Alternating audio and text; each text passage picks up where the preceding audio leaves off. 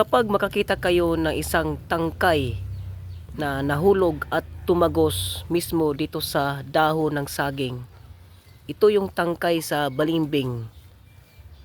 Kapag makakita kayo niyan, kung ito ay nahulog, na biglang nahulog, na nakita sa iyong mata, or ganito na, kunin pa rin yan dahil bertud pa rin yan sa sabong.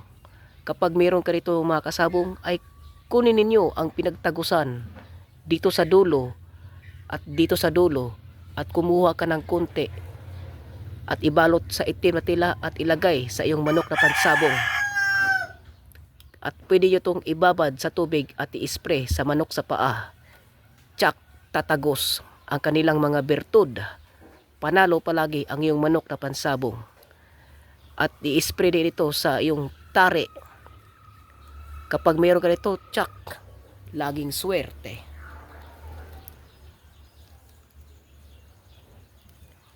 Marami ito sa kagubatan o sa iyong paligid dahil nilalaglag ang tangkay at nahuhulog mismo sa dahon. Ito ay pinakamadali na makikita sa kagubatan o sa paligid lamang. Ito ay bertud sa sabong.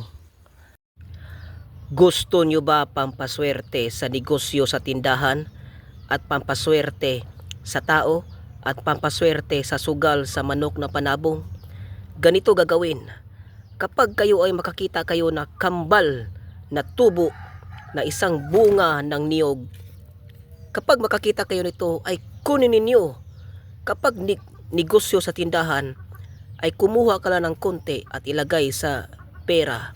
Kapag sa tao naman ay kumuha ka ng konti dito sa puno at pangalawang puno at ilagay sa pitaka.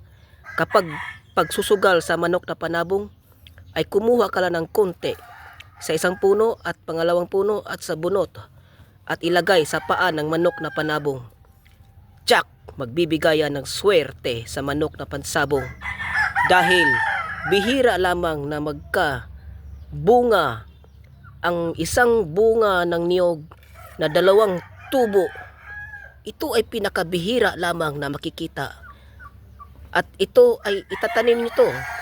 At pwede nyo itanim sa harapan ng bahay kapag malawak ang iyong lupa at idistansya. Ito rin ang kaniyang tubo din sa niyog na magkaiba. Ito rin ay niyog pero isa lang ang tubo.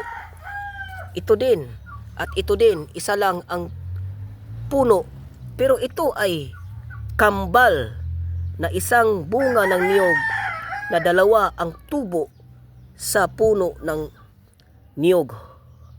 Ito ay pinakabihira lamang. Huwag kalimutan mag-likes at mag-shares at mag-subscribes para laging updated sa mga bertud at anting-anting sa aking YouTube channel, sa aking White Chicks Eggs. Maraming salamat mga ka-idol.